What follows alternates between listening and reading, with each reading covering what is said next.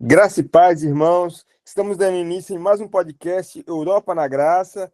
Eu, o Dan Rodrigues, juntamente com o nosso co-host, o Jorge Souza, e o nosso entrevistado de hoje é o mestre, professor, teólogo, André Luiz.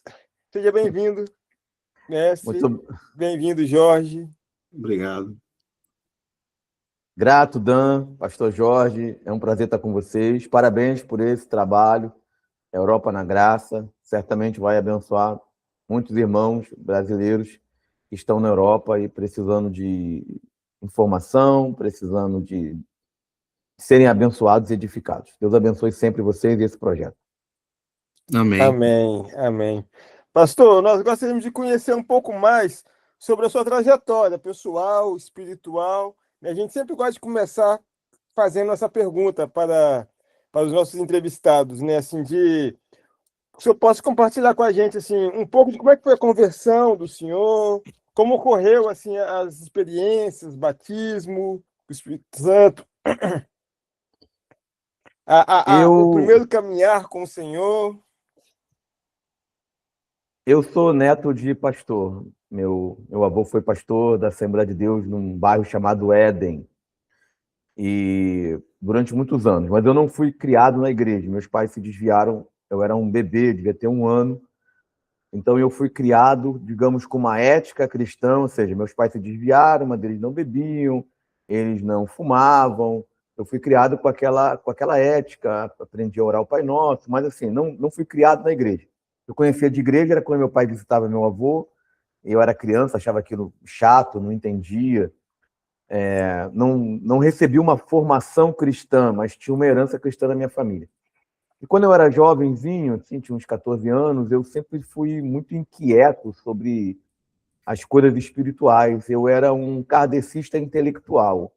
Eu nunca... era um kardecista intelectual. No sentido de que eu nunca frequentei a mesa branca, eu não tive iniciação, eu nunca estive em nenhum culto kardecista. Entretanto, eu li as principais obras kardecistas, ali até dos 14 aos 18 anos. Eu li o Evangelho segundo Allan Kardec, e outras obras que eu não me lembro mais. Aqui no Brasil tem um escritor, né, porque segundo a doutrina espírita, alguns livros têm o nome do mentor espiritual. Tem um chamado André Luiz, que é muito famoso, e eu lia muito essas obras. Eu acreditava em karma, reencarnação. Eu entendia que aquilo explicava muita coisa, por que tem gente que nasce sofrendo, e etc. Até que, de uma maneira misteriosa e inexplicável, aos 19 anos, eu passei em frente à Assembleia de Deus no Relógio, em Jardim América, e eu ouvi o culto e senti uma vontade muito grande de entrar. É uma igreja grande, então o culto não é acessível totalmente para quem está do lado de fora. Você nem enxerga o salão, tem umas escadas, só o som. Mas eu não entrei, mas eu fui para casa e eu falei assim, eu vou voltar naquela igreja lá. A igreja onde meu avô tinha sido crente, não pastor. Uhum. E passou uma semana, eu voltei. Fiquei com vontade de aceitar Jesus, mas resisti. E fui para casa, passou mais uma semana, eu fui no segundo culto. Ou seja, eu não fui evangelizado, ninguém me convidou, foi uma coisa só Deus para explicar. E na segunda vez eu fui para casa e falei, eu vou aceitar Jesus. E eu fiz um desafio com Deus. Eu falei, se alguém levantar a mão no apelo hoje, eu levanto a mão. E fui para o culto. Eu lembro até hoje, a mensagem foi João 4. E o pregador pegou João 4, a mulher samaritana, e fez o apelo e ninguém levantou a mão. E eu fiquei ali, eu era muito tímido, uma coisa que se qualquer pessoa que me conhecesse na época, jamais ia imaginar que eu teria ministério. Não tem nada a ver o que eu sou hoje com o que eu era antes. Nada a ver. Eu era um jovem que você olhava assim e você diria, ele nunca vai falar em público porque eu tinha vergonha até de respirar. Até hoje eu me considero tímido fora do contexto eclesiástico. Não é? No contexto eclesiástico já é diferente. Uhum. E o pregador fez o apelo e deu aquela insistida e uma jovem levantou a mão. Aí quando ela levantou a mão, aí eu fui. Essa é a minha oportunidade. Eu falei, agora não tem jeito, né? Tive coragem, fui à frente, aceitei Jesus, 2 de janeiro de 96. E um ano e pouco depois eu me batizei, esperei um pouco a me batizar, porque eu tive um acidente no meu braço, aí estava de gesso, não pude participar do batismo. Me batizei em 97, e por essa época, não me lembro se um pouco antes do batismo nas águas, acho que um pouco antes, eu recebi o batismo com o Espírito Santo, né? Naquela época as igrejas costumavam buscar o batismo com o Espírito Santo, uma coisa que não acontece tanto hoje no contexto pentecostal. E eu fui batizado com o Espírito Santo dormindo. Eu não tive nenhum sonho, não sonhei, ou pelo menos não me lembro de nada. E eu orava e clamava. E certa noite eu dormi, eu acordei e eu senti, e é engraçado isso, eu senti o meu peito queimar literalmente. Literalmente. Eu senti a minha carne queimando. Como se tivesse uma bola de fogo acesa dentro do meu peito. Não era uma dor, não era dor, era calor, literalmente. Eu acordei assustado com aquele calor e eu só lembro de ter dito glória, aleluia, e comecei a falar em línguas estranhas. Então, esse foi o meu relato, né, meu testemunho de conversão, sem evangelização, sem convite, e do batismo com o Espírito Santo. E dali para frente foi se desenvolvendo a minha caminhada com Deus. Olha só que beleza. Eu acredito que eu acho que eu não estou errado, mas ouvindo um podcast que o senhor participou também, teve uma história curiosa, parece que do seu avô, na conversão do seu avô, né, parece que ele tinha bebido ou estava... Teve alguma coisa assim? Sim, o meu teve As uma histórias festa, são boas da família de conversão. teve uma festa da minha família, então a minha tia, né, que é uma das mais velhas, eu perguntei a ela como tinha sido, porque o meu avô ele morreu, eu ainda não era convertido, né? Eu tinha 17 anos. Uhum. Então eu não convivi com meu avô, eu não era convertido, não me lembro dele pregando, me lembro muita pouca coisa dele na igreja. E ela me disse, meu avô é de 1911, ele se converteu ali para os idos de 1930 e alguma coisa. E a Igreja Batista, ele se converteu na Igreja Batista, depois ele migrou para a Assembleia de Deus. Tinha uma cruzada na rua, um culto evangelístico, que se fazia muito antigamente, e ele começou a ouvir o culto, participar do culto ali como ouvinte, e ele estava bêbado. E o pregador fez um apelo, e ele foi na frente bêbado, e aceitou a Jesus. E as pessoas, lógico, você não vai dar muito crédito, porque a pessoa, aparentemente, ela não está a par do que ela está fazendo, né? E aí, quando ele terminou de aceitar Jesus, ele falou, eu vou no culto. Aí o irmão falou com ele, então você vai, eu vou te dar um terno. Aí eles combinaram lá, eu não me lembro muito bem os detalhes. Aí ele foi no culto, aceitou Jesus, pegou o terno, que na época aceitava Jesus, tinha que pegar um terno. E dali para frente, aceitou Jesus, tinha que sair de terno. Aí sai de terno. A linguagem do crente é do terno e a Bíblia vai do braço, né? Exatamente. Essa era a estética da época, né?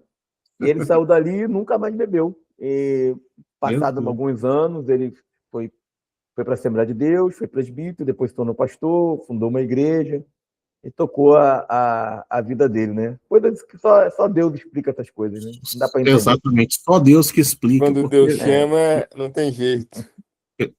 Pela razão humana, você fala, como que aconteceu isso? Não existe. E nos dois casos, né, a gente vê que realmente é a operação de Deus e quando ele nos chama para a próxima, é difícil falar não, né? Tudo no seu tempo. Mas, pastor, essas experiências assim, elas nos alegram porque às vezes as pessoas acham que há um momento certo de se render, pessoas acham que eu preciso de toda uma situação para poder me render, e essa é a prova viva que o Senhor ele nos chama quando Ele quer, da forma que Ele quer, e Ele nos alcança, e nós não podemos falar não, né? Quando é desejo dEle nos alcançar. Sim, com certeza. A conversão, o apóstolo Paulo estava indo perseguir, e naquele momento ele se converteu naquele contexto. Então, pessoas se converteram ouvindo hinos, ouvindo mensagens, na rua, no culto, bêbadas, coisas que você olha assim, você não acredita. Enquanto outras pessoas frequentam, às vezes, a igreja a vida toda e nunca se convertem. Eu estava lendo na Bíblia, quando Paulo ele vai a Éfeso, e lá as pessoas, porque era um local muito voltado para bruxaria, né, para magia, e as pessoas elas se convertiam e queimavam os livros ali em praça pública, né? Falaram assim, olha, eu abri mão totalmente do que minha vida passada e eu quero algo novo, né? Então, assim, é uma coisa que ninguém pode explicar, né? É uma ruptura, mesmo que a gente não entenda. Por exemplo, quando eu me converti, eu voltei para casa com a seguinte ideia: não mudou nada na minha vida, eu sou crente agora. Essa era a minha ideia, né? E, na verdade, não, mudou tudo. Mudou tudo. Mudou tudo. É.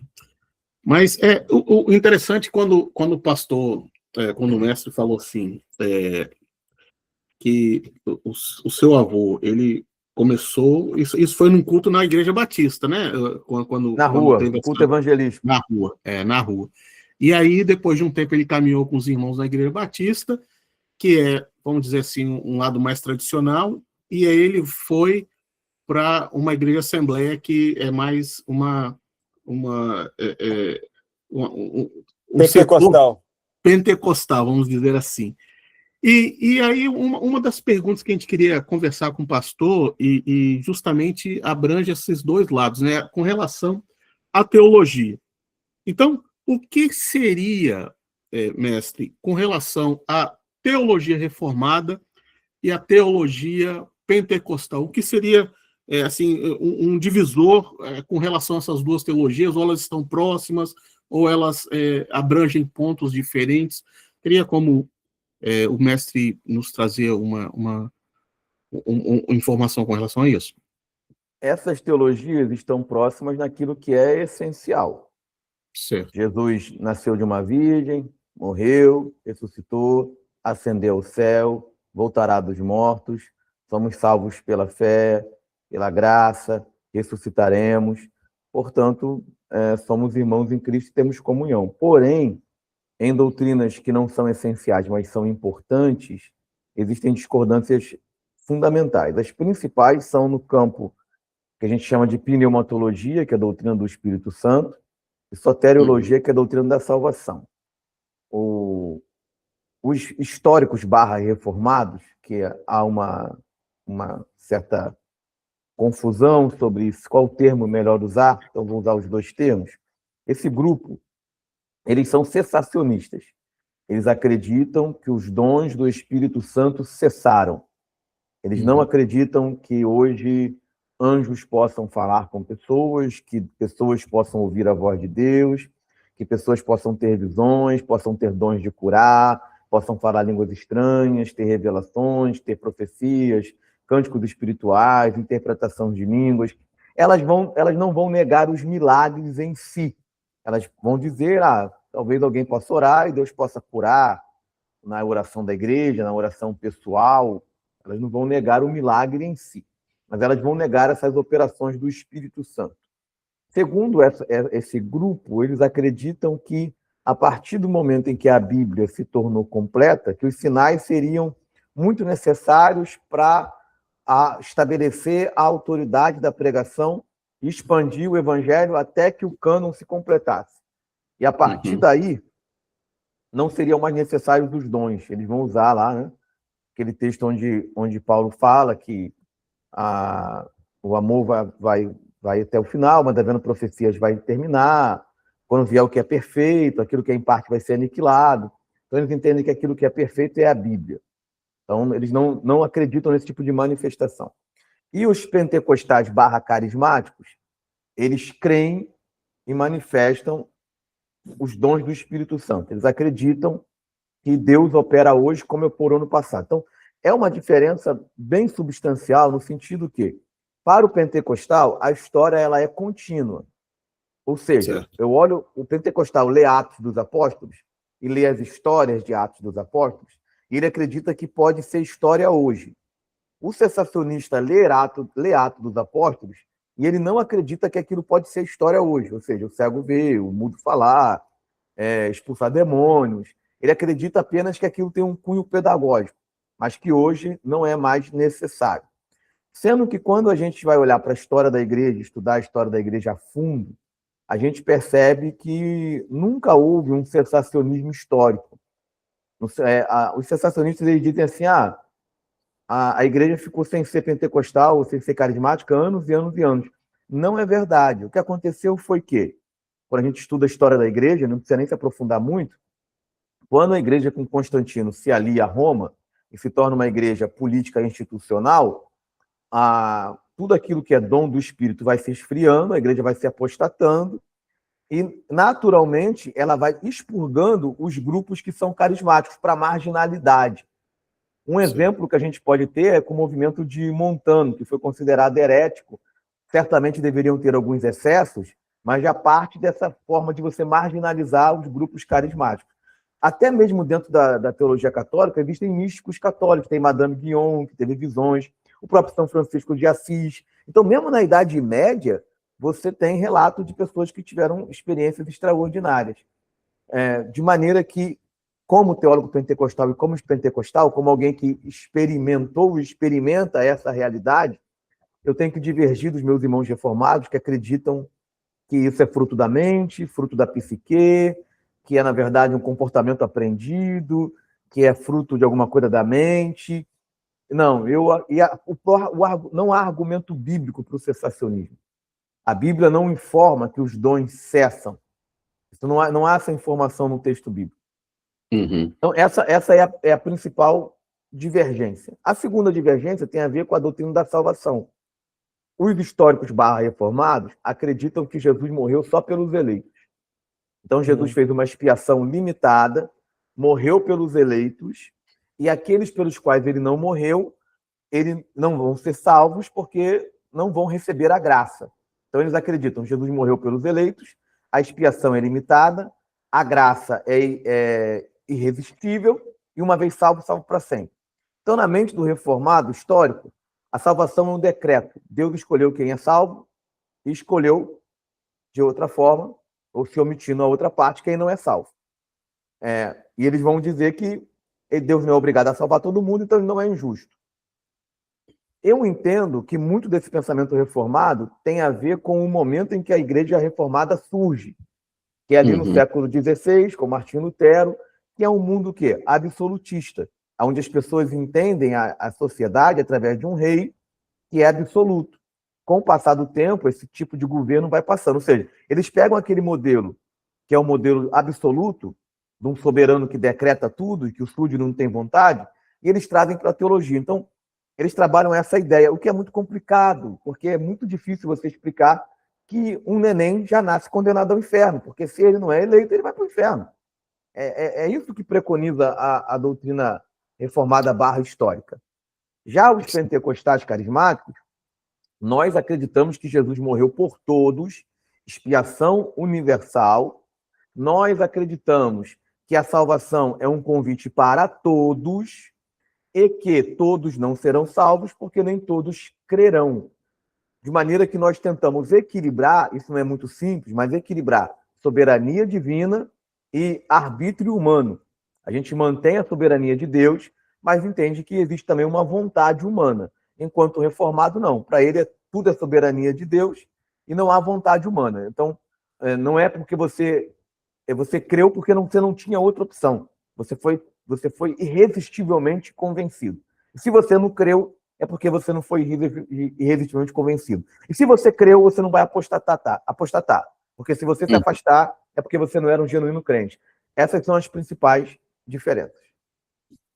Certo. E com relação a essas duas diferenças, essas duas linhas teológicas, porque com certeza pessoas que são do meio evangélico assistem os nossos podcasts, mas também, às vezes, pessoas que não têm muito conhecimento disso, não sabem essas informações. E, assim, com relação a essas duas linhas, há uma distinção na influência com relação à pregação, um tem uma pregação mais expositiva, o outro, ou a forma litúrgica, ou na formação de membros. Teria algo definido de acordo com a teologia? Porque a teologia ela nunca é neutra, né? Ela sempre vai influenciar da forma que você vai servir a Deus. E como seria isso, então? Sim, influencia bastante. A teologia influencia completamente a prática da igreja. Muitas vezes as pessoas pensam assim, elas têm aquela ideia do teólogo como um camarada que está enfiado numa biblioteca, lendo, estudando, meio desconectado, o que é um tremendo de um mito, né? O teólogo é alguém que veio do chão da igreja. E a teologia, ela influencia até na maneira que o crente ora. Eu, ouvindo ele orar, eu sei mais ou menos qual é a teologia dele, da forma dele orar. Da forma dele orar.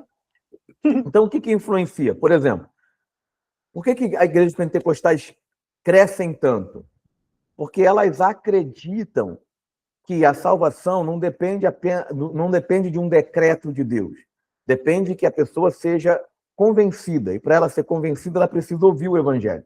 Então, o pentecostal ele faz apelo, ele se envolve mais com o evangelismo, ele se envolve mais com missões, porque ele tem essa ideia que todo mundo pode ser salvo. A partir do momento em que eu acredito que há pessoas que não são salvas, mesmo que inconscientemente, não é conscientemente, mas mesmo que inconscientemente, eu vou pensar, se Deus tem que salvar, vai salvar de qualquer jeito.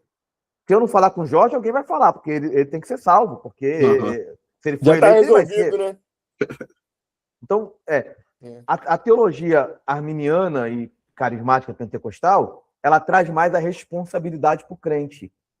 Ela leva mais o crente a ser um ganhador de alma. Ela influencia, por exemplo, na liturgia, porque a gente fala mais do Espírito Santo, nas músicas, na pregação. Ela influencia na forma da pregação, que a pregação carismática pentecostal ela é mais efusiva, ela é mais emotiva, ela é mais sobrenaturalista, enquanto a pregação histórica reformada ela é mais racionalista, então ela é mais argumentativa, ela é mais expositiva. Em alguns contextos, realmente, ela vai até ensinar mais sobre o texto, devido a essa característica. Quase todos os pastores reformados também são mestres. Se a gente pegar as referências do mundo reformado, Augusto Nicodemos, mestre. Pegue outros nomes. Agora estão me faltando a memória, mas todos Hernandes, por exemplo, Hernandes Dialog. Hernandes, pastor, pregador e mestre. Jonas Madureira, mestre, e assim por diante. Então, a pregação reformada, ela vai estar mais focada em doutrina, ela vai estar mais focada em ensinar, em explicar, e a pregação carismática, ela vai estar mais focada, também vai ter que trabalhar questões doutrinárias, obviamente, mas isso a gente trabalha mais ainda dentro de EBDs e culto de ensino. Mas a pregação trabalha muito a vida prática, porque se eu acredito que Deus opera na história, tanto naquele momento quanto agora, essa teologia vai me levar mais a falar da vida prática.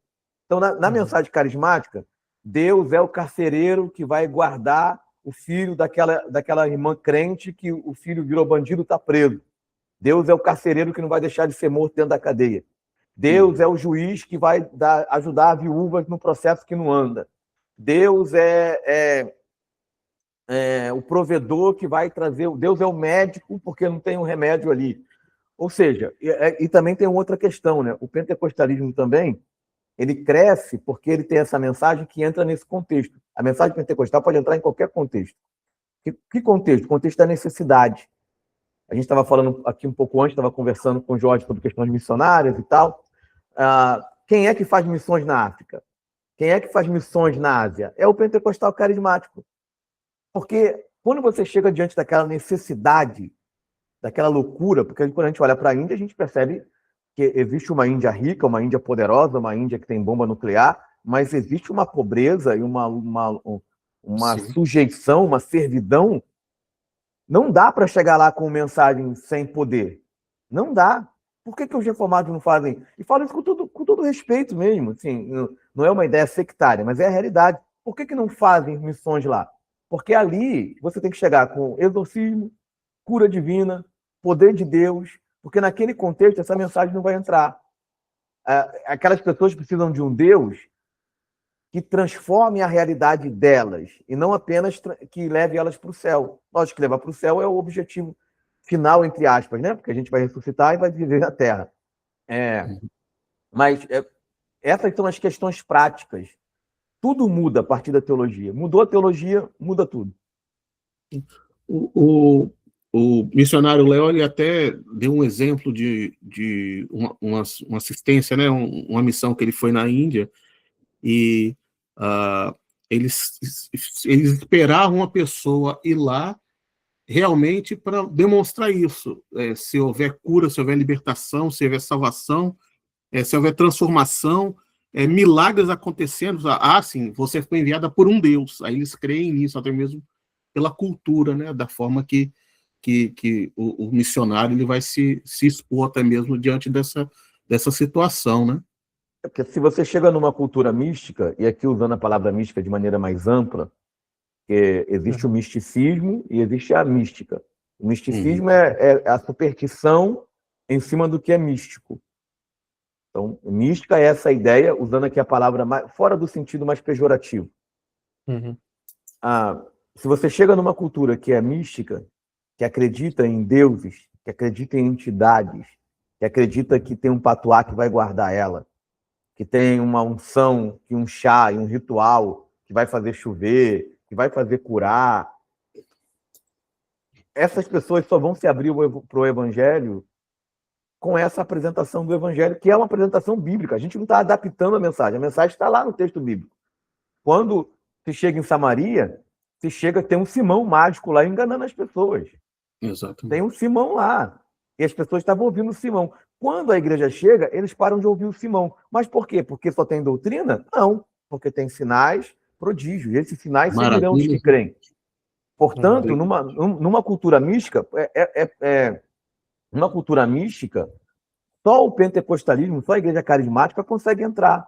Por isso que, quando você pega o evangelho crescendo na Ásia, você vai ver qual o recorte que está sendo dado lá. E é por isso que a fé pentecostal carismática é a maior fé cristã do mundo, porque ela traz esse caráter sobrenatural de Deus que está na Bíblia. Essa promessa diz respeito a vós, quando o batismo com o Espírito Santo aconteceu, o Pedro trouxe Joel, então o Pedro foi lá atrás na história e disse: o que aconteceu lá está acontecendo aqui. Essa é a mentalidade carismática. O que aconteceu em Joel está acontecendo em Atos. O que acontecia em Atos está acontecendo hoje. Essa promessa diz respeito a vós, a vossos filhos, e a tantos quanto Deus chamar. Não tem previsão de tempo. 50 anos, 100 anos, até a Bíblia fechar, a tantos quanto Deus chamar. E é isso que faz diferença, que faz realmente a igreja pentecostal carismática ser tão forte. Isso eu acho que a gente é perceptível, principalmente no Brasil, até que aqui fora nem tanto. Mas no Brasil é até perceptível a quantidade de igrejas também, né? Igual você pega um exemplo que nós estamos dando da Batista. Igual você pega uma cidade normal, primeira, segunda, terceira igreja batista, 2, 3. Agora, cada bairro, quase cada esquina, você vê uma pentecostal, né? Você vê uma igreja aberta, né? Você vê um... Isso tem a ver com teologia. Lógico, isso também tem uma coisa ruim, porque você multiplica muito, então você não tem controle nenhum, e no meio disso aí tem aquelas igrejas que aqui no Rio de Janeiro a gente chama de curva de rio, e tudo quanto é ruim encosta ali, porque é aquela bagunça, O pastor não é preparado, não é chamado, às vezes não é nem convertido. Então existe um aspecto negativo. Mas por que acontece isso? Veja como a teologia funciona.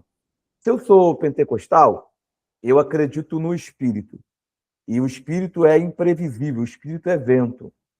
Portanto, o pentecostalismo e o carismatismo, ele tem uma certa liberdade. Várias Assembleias de Deus foram fundadas por leigos na sua fundação. O camarada não tinha nem tinha sido consagrado a pastor. Ele aceitava Jesus, o irmão mandava, ele chegava lá, abria o trabalho, ia aprendendo, chegava alguém, ungia, e ele ia crescendo. Dava um terno para ele? Exatamente, dava um terno para ele e ia tocando. Mas já no meio reformado, histórico, funciona mais do que organização. É mais burocrático, né? Burocracia. Tem um lado bom, que é um lado que é mais difícil dar problema. Mas tem um outro lado, que é o quê? Quanto mais institucional, mais engessado. Vou dar um exemplo aqui de liberdade do espírito. Outro dia eu ouvi uma mensagem, eu gosto de um pregador que é falecido, ele chama Luiz Antônio, e ele estava pregando, e ele disse assim: eu estava indo para tal lugar de ônibus. E o Espírito Santo falou, desce aí nesse ponto. Aí ele contou que desceu. Aí disse, entra aí nesse lugar. E era uma empresa, mas parecia uma empresa abandonada. Aí chegou lá, tinham 3 pessoas, ele pregou o evangelho lá, não sei se 2 pessoas se converteram, e depois aquilo virou um ponto de pregação e virou uma igreja. Isso é pentecostalismo. Não tem plano. Eu não estou dizendo que nunca tem plano. O que eu estou dizendo é que há espaço para, entre aspas, tá? Com bastante aspas, para loucura. Há espaço para o improviso. Há espaço para aquilo que não foi planejado. Então, simplesmente, Deus me deu uma palavra. Isso tem um lado ruim? Tem. Tem gente que fala que Deus disse coisas que não disse. Mas, se a gente pegar como é que a Assembleia de Deus foi fundada no Brasil, como é que o pentecostalismo veio, foi debaixo de um certo tipo de loucura. 2 suecos que estavam na América, receberam o batismo com o Espírito Santo, oraram, Deus mostrou no mapa que eles tinham que vir para Belém, eles não sabiam o que era Brasil, não sabiam a língua, não sabiam nada, não fizeram curso de missões, não se prepararam, vieram só com o dinheiro da passagem ou a mixaria, chegaram na praça, não sabia para onde ir, aí veio um vento, trouxe um jornal, eles olharam, viu que tinha um nome estrangeiro, foram lá, aí era um pastor batista, e conseguiram, e dali eles foram indo. Isso é incrível, né? Isso é uma coisa que, humanamente pensando, você nunca entraria numa situação dessa, né? Mas se a gente olhar em Atos, a gente vê que é mais ou menos assim. Porque, por exemplo, quando Pedro chega em Jope, já tem igreja lá, já tem discípulo lá, já tem irmã costurando, fazendo caridade. Quem levou o evangelho para Jope? Não tinha essa coisa de vamos esperar os apóstolos enviarem. Paulo se converteu, começou a pregar, depois ele ficou um tempo, foi para a Arábia, entender melhor o evangelho, e depois ele partiu, sem ninguém ter enviado. Tipo, Deus mandou eu ir, eu estou indo. Sabe? Então, o pentecostalismo tem essa liberdade que gera isso, gera uma multiplicidade, que tem seus problemas, mas tem muitos benefícios. Mas o bom disso daí, pastor, sabe o que eu, essa semana passada, eu estava até lendo sobre Apolo. E são pessoas preparadas para auxiliar naqueles que precisam na direção.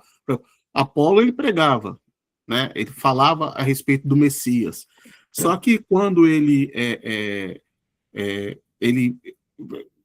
chegou numa situação que ele conhecia o batismo de João, que era aquilo que ele pregava. E através de Priscila e Áquila, ele teve uma experiência do batismo com o Espírito Santo.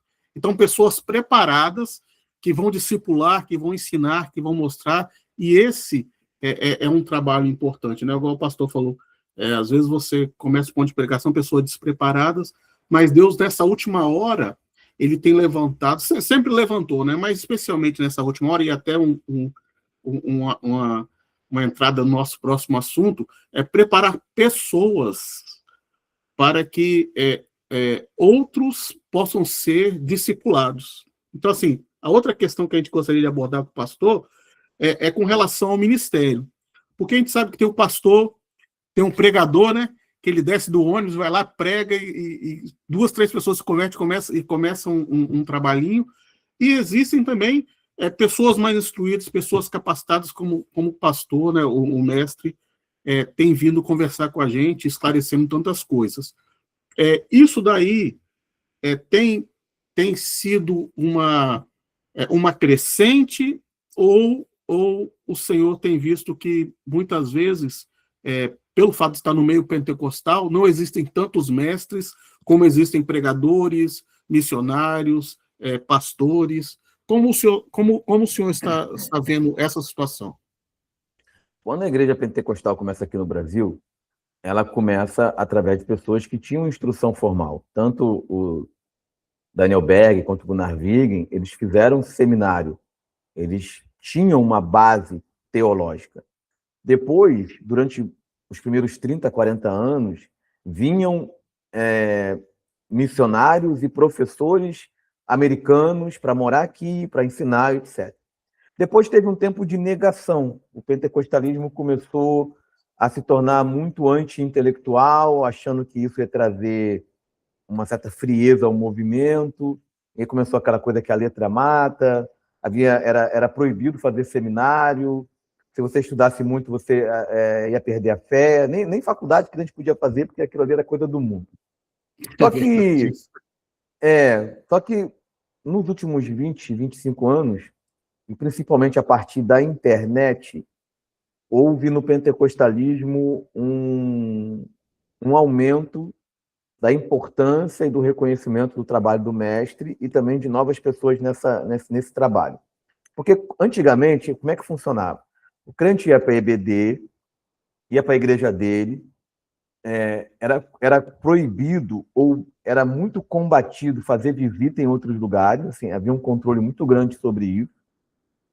Para você trocar de igreja era complicado, sem carta de mudança. Então, às vezes, o pastor não dava carta de mudança, o outro não a recebia. Enfim. E tudo que você sabia da fé, você sabia por aquele professor de EBD. Quando veio a internet, esse mundo acabou. Esse mundo acabou. Porque hoje, você entra no TikTok e tem um professor oferecendo um curso. Que pode ser um bom professor, mas pode ser um pilantra. Pode ser um falso mestre. Verdade. O que começou a acontecer? Os jovens pentecostais, principalmente, começaram a buscar, na teologia reformada, doutrina. Isso começou a ser percebido pelos pentecostais. Daí, nos últimos 20 anos, 25 anos, há mais reconhecimento da importância do ministério do mestre. O quanto é importante e que não há essa oposição. Jesus era cheio do Espírito Santo, não houve ninguém mais avivalista do que ele, e ele era chamado de rabi. O Apolo era mestre, instruído na palavra, mas precisava ser cheio do Espírito Santo. Não teve oposição, ele não teve que deixar de ser cheio, de ser instruído, deixar de ser sábio. Lá em Atos 13, diz que haviam profetas e mestres, e dá o nome deles. Paulo era tanto profeta quanto mestre. Era um homem culto, que conhecia filosofia, conhecia poesia, falava vários idiomas, lia em vários idiomas e era cheio do Espírito Santo. Portanto, não há essa oposição. O ensino, ele não esfria o crente, não apaga o fogo. O ensino apaga o falso fogo. As manipulações, as bizarrices, as loucuras. Aí isso realmente o ensino ele vai trazer uma certa limitação. Então, nos últimos tempos, os pentecostais têm produzido mais literatura, têm tido espaço em editoras seculares, por exemplo, a Thomas Nelson tem publicado autores aqui no Brasil, a Mundo Cristão, que é uma editora evangélica, mas que não publicava autores brasileiros, tem publicado pentecostais aqui no Brasil, de forma que a gente está hoje num cenário muito melhor do que quando eu comecei a estudar, há mais de 20 anos atrás, mas que ainda está longe do que seria o cenário ideal, ainda está muito longe. Mas é um avanço, né? Com certeza tem sido um avanço, né? Sim. Que bom. Agora, o Dan, eu acho que ele Assim, vai... Não, mas dentro desse assunto, existe uma questão que eu queria ver com o pastor também, que é a seguinte: existe muito a necessidade, a gente sabe, às vezes, das igrejas locais, o pastor tem que fazer várias. O pastor, às vezes, tem que ser evangelista, ele tem que ser um mestre, ele tem que ser de tudo. Você acha que isso interferiu um pouco essa falta de ter um mestre definido dentro da igreja, nesse conceito do mestre? Então, na igreja local, o que falta às vezes é talvez uma consciência melhor ministerial. Por exemplo, por que eu passei a usar mestre na minha rede social? Agora, recentemente, eu fui consagrado também a pastor. Né? O pessoal brinca, fala o quê? Pastor barra mestre ou mestre barra pastor? Antes eu era evangelista.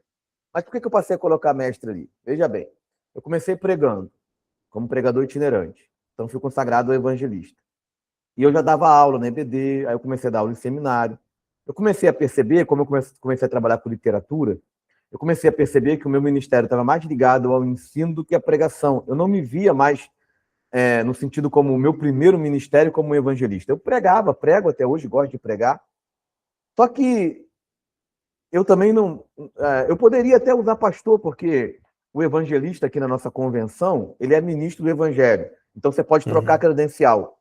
Você pode chegar lá e trocar credencial. Mas eu nunca quis, porque eu não auxiliava meu pastor, enfim.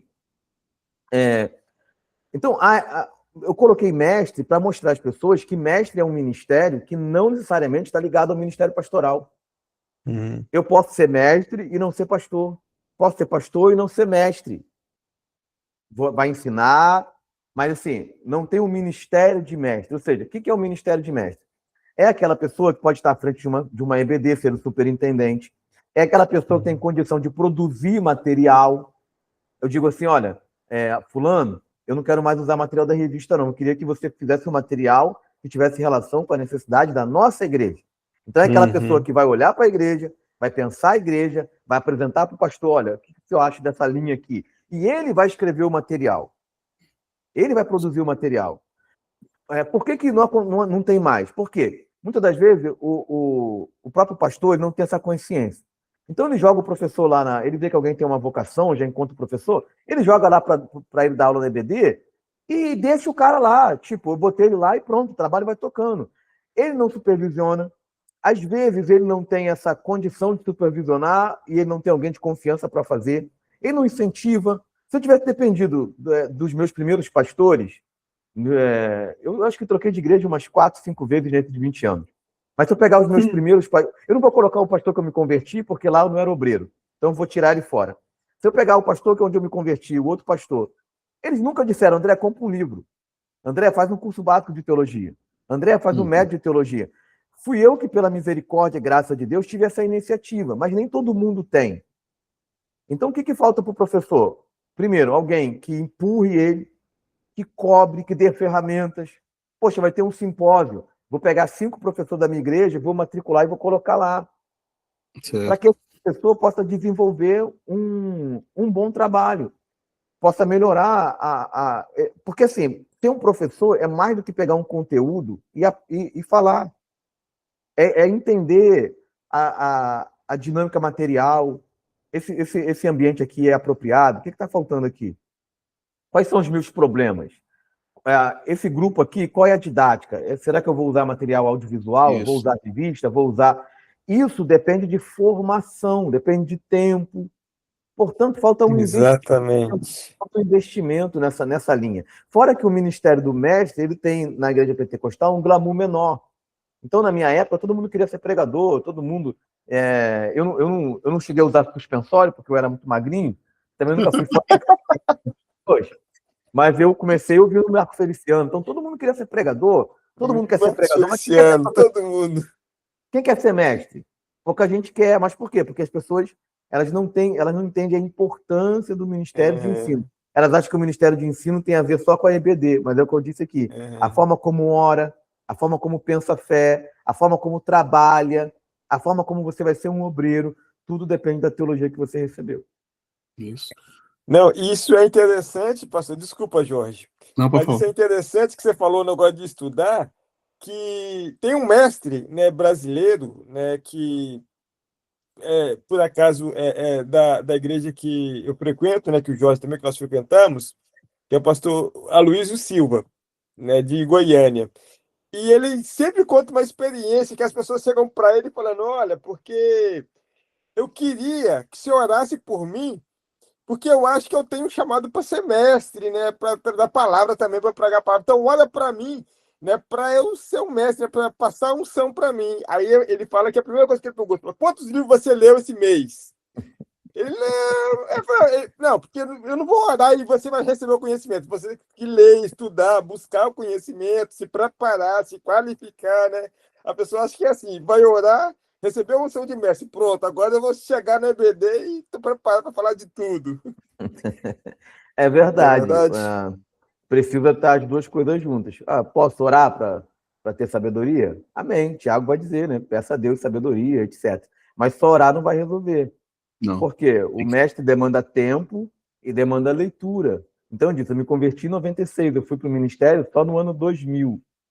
Aí eu passei esses anos todos, eu fiz básico de teologia, médio de teologia, bacharel de teologia, master de teologia, fui fazer bacharel acadêmico, fora assim, curso aqui, curso lá, leitura. Ou seja, não é uma... Jesus não colocou um disquete na minha cabeça, um princípio, está tudo pronto.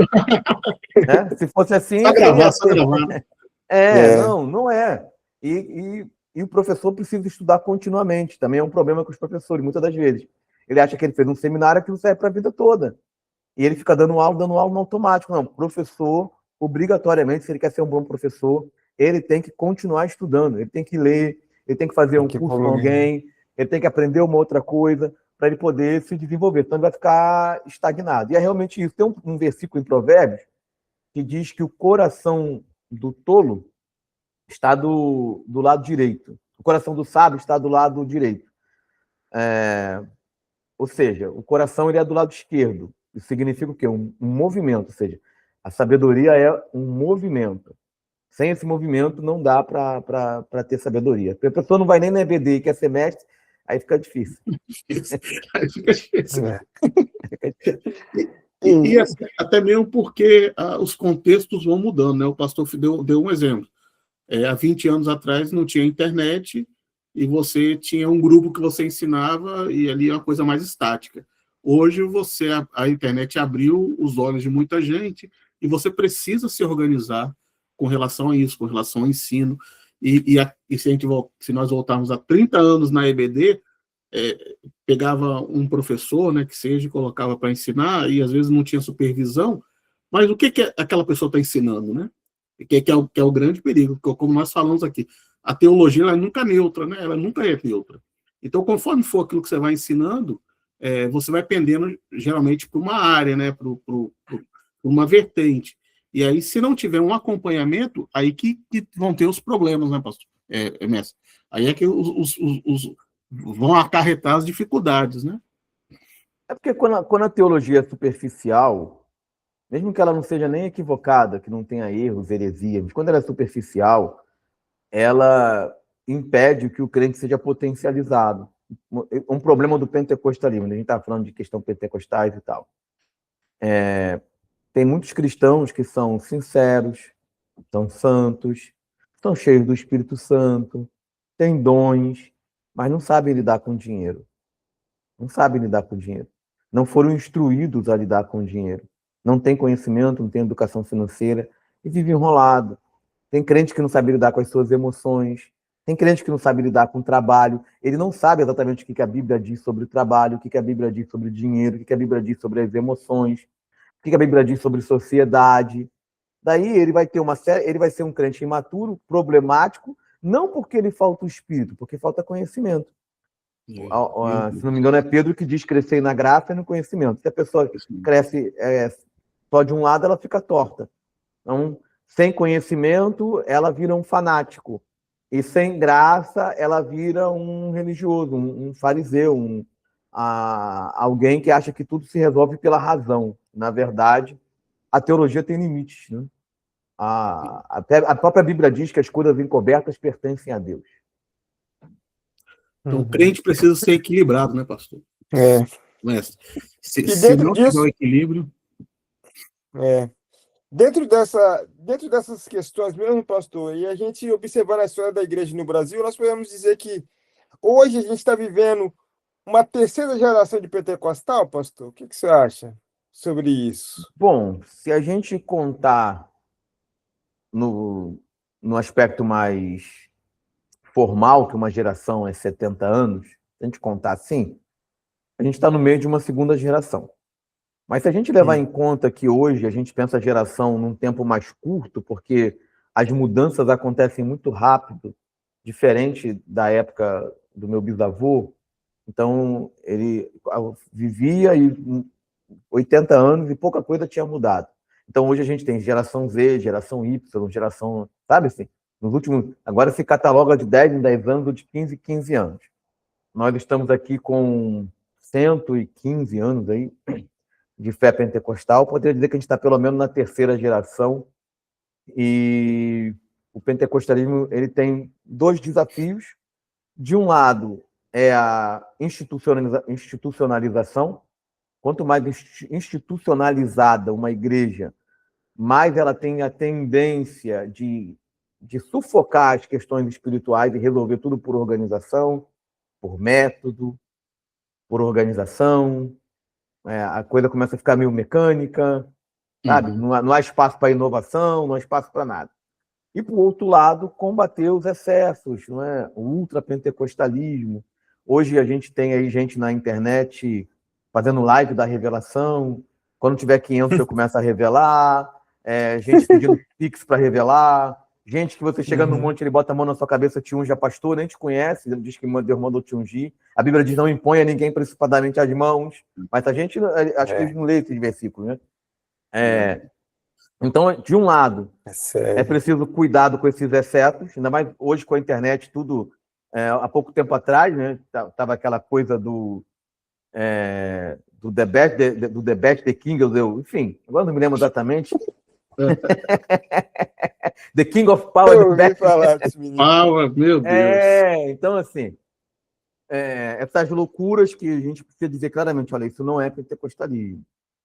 Isso não é pentecostalismo, isso não é sério. E essa institucionalização, que hoje, até a própria convenção aqui da principal igreja pentecostal admite que existe menos pessoas batizadas com o Espírito Santo. Menos pessoas estão sendo batizadas com o Espírito Santo, menos manifestações carismáticas estão acontecendo no culto. Lembra que eu disse lá que a igreja romana começou a crescer, e aí as coisas começaram a mudar? Esse é um desafio E é normal, por exemplo, se você começa um negócio, você pode ali começar improvisando, você está mais intuitivo, você está mais criativo. Depois que você organiza, você usa menos a intuição, você usa menos a criatividade, você confia mais no método. Só que a gente não está falando de empreendedorismo, a gente está falando de coisas espirituais. Não é? Exato. E o Espírito Santo, de vez em quando, ele ainda quer bagunçar, entre aspas, as coisas. Bagunçar os nossos planos. Bagunçar os nossos ônibus vai pregar. Isso aí. Mas é interessante, eu vejo isso como...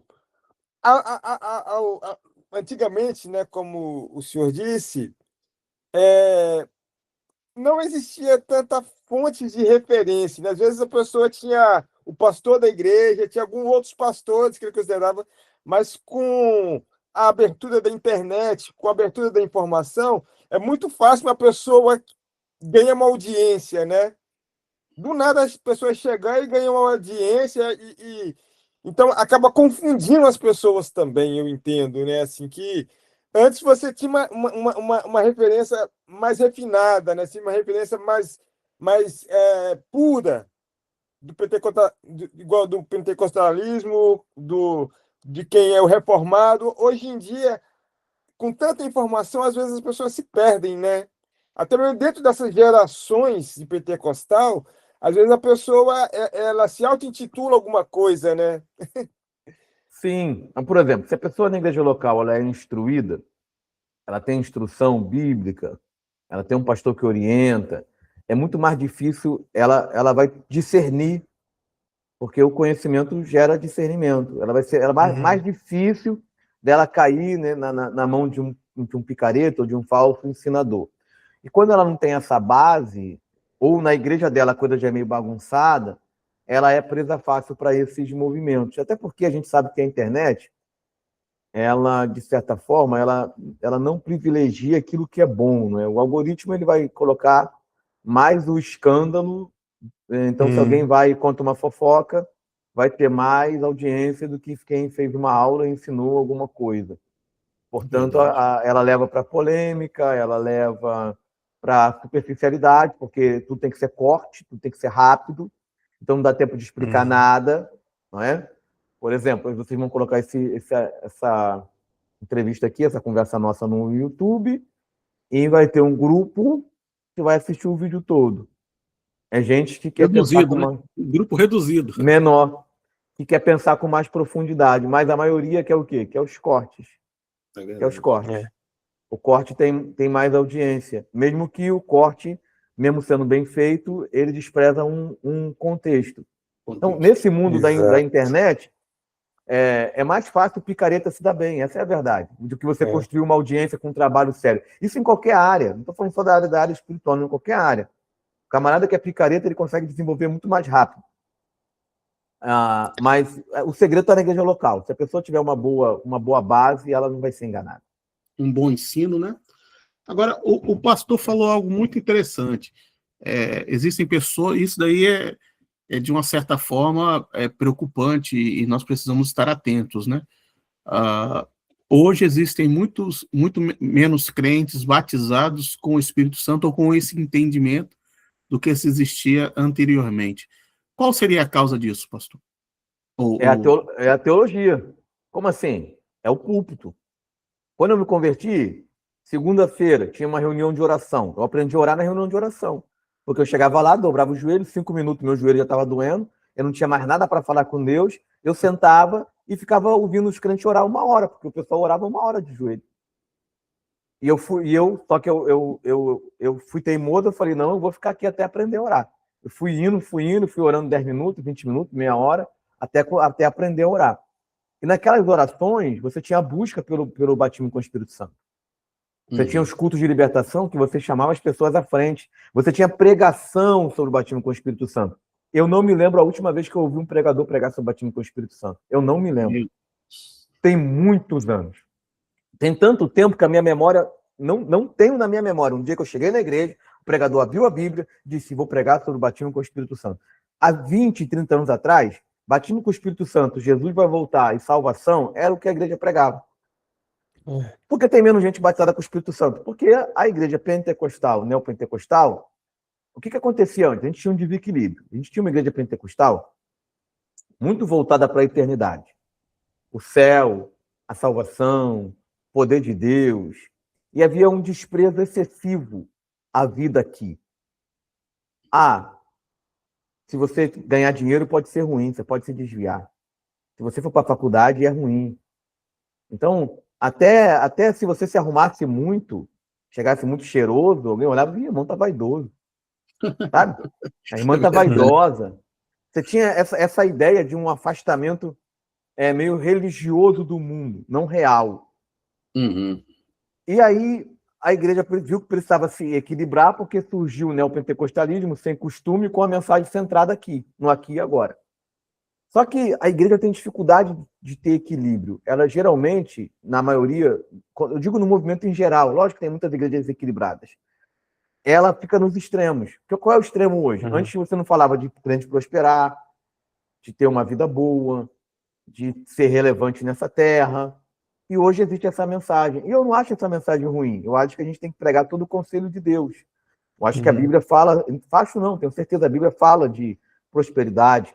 A Bíblia fala de você de ser bom no seu trabalho, de você comer o melhor dessa terra. Não tem problema nenhum de você realizar seus sonhos. Problema nenhum. Só que hoje a verdade é que a teologia do coaching, a teologia da prosperidade, tomou conta de boa parte das mensagens da Igreja Pentecostal Carismática. Então você tem o culto da vitória.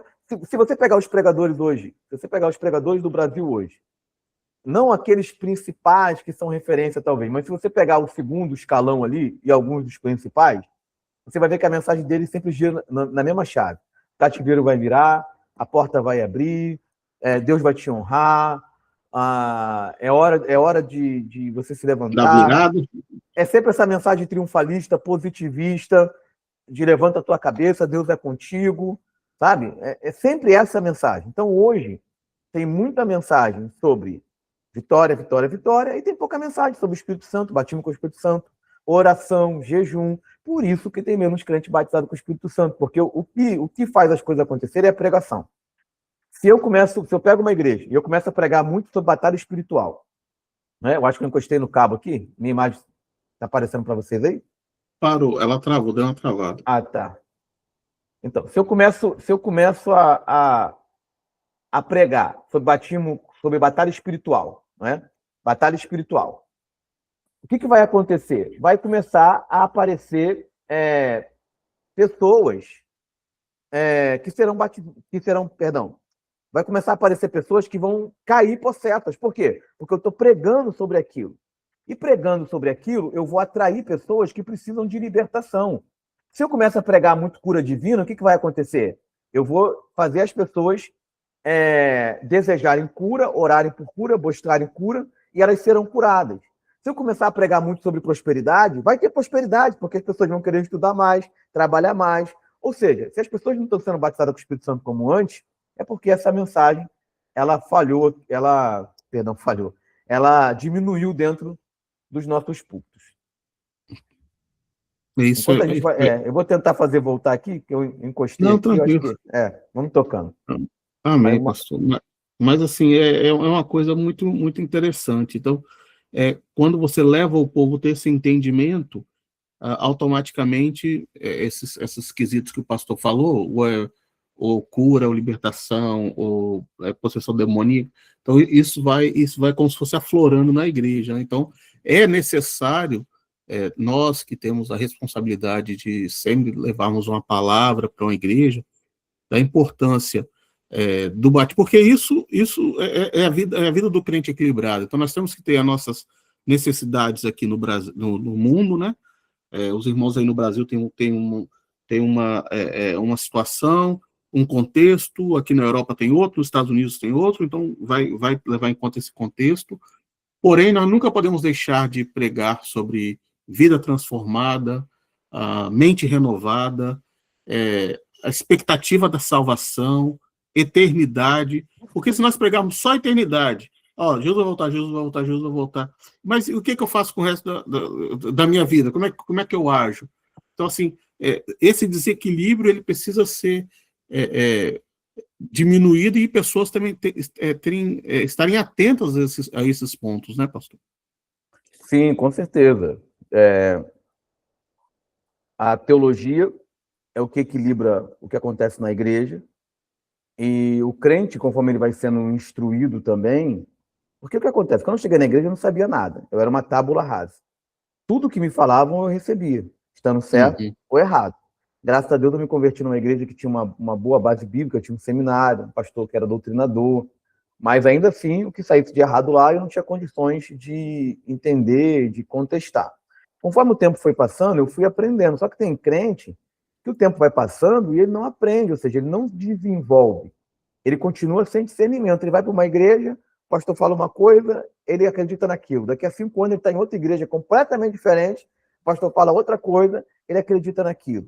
Então ele não adquire autonomia. E eu acredito que quando a gente se converte e a gente vai se tornando maduro na fé, a gente tem que começar a ter o nosso próprio entendimento e conhecimento das coisas para que a gente possa viver uma vida de fé e para que a gente possa julgar as coisas, porque, poxa, se eu estou 10 anos na igreja, eu não consigo julgar se aquela mensagem é bíblica ou não, eu não consigo julgar se aquilo é uma heresia, ou se aquilo é um ensino esquisito, ou se aquilo é uma coisa verdadeira, a culpa não é só dos meus pastores, a culpa não é só dos mestres, a culpa também é muitas das vezes do membro, que ele está ali e não quer aprender, ele só quer passar pela porta da prosperidade mesmo, ele só quer receber a unção, ele só quer a cura, ele não quer se desenvolver, né?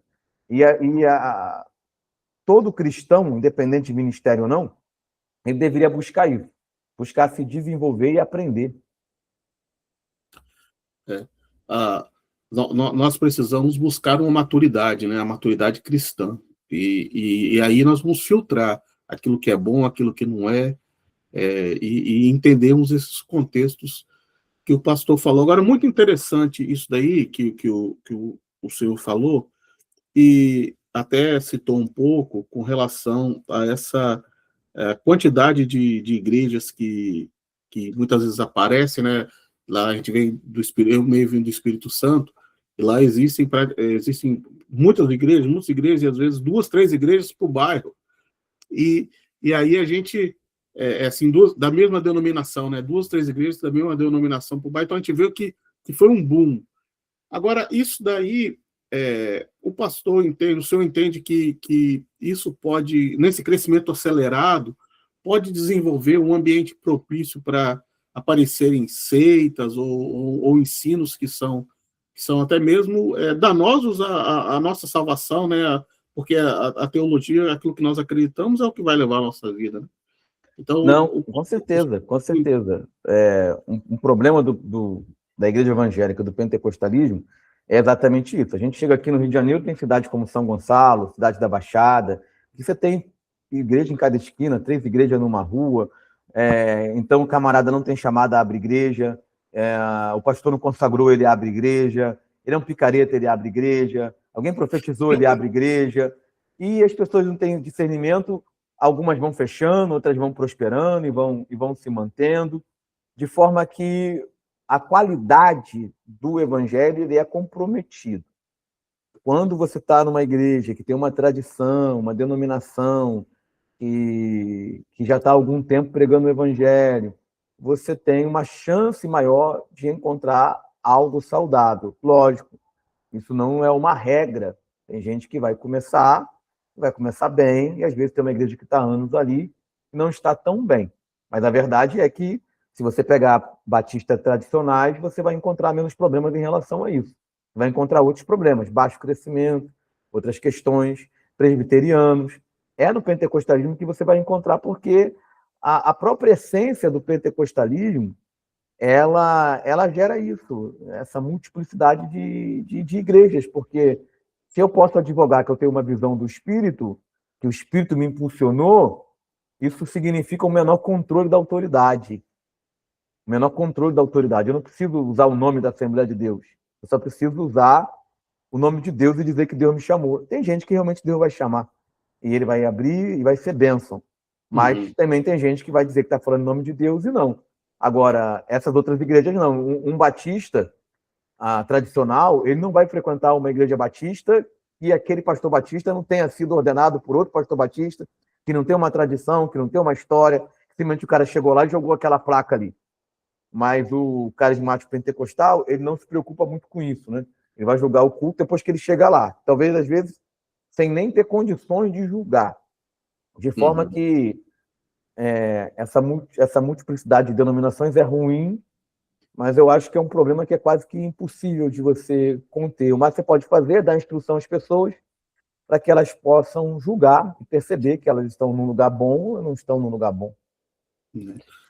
Eu penso que um perigo disso também, pastor, dessa quantidade grande de oferta, é que o cristão, vamos dizer assim, entre aspas, ele começa a criar um cardápio para ele, né? Falou, não, essa mensagem eu não gostei. Não, aquele ali falou que eu gostei, né? Não, esse daqui tá pegando muito no meu pé, tá doutrinando demais. Então eu vou procurar aquela outra ali que tá falando de prosperidade, precisa de dinheiro. Não, tô precisando de cura, então eu vou para aquela outra igreja ali porque eu quero cura, né? Então acaba que deixa muito solto, né?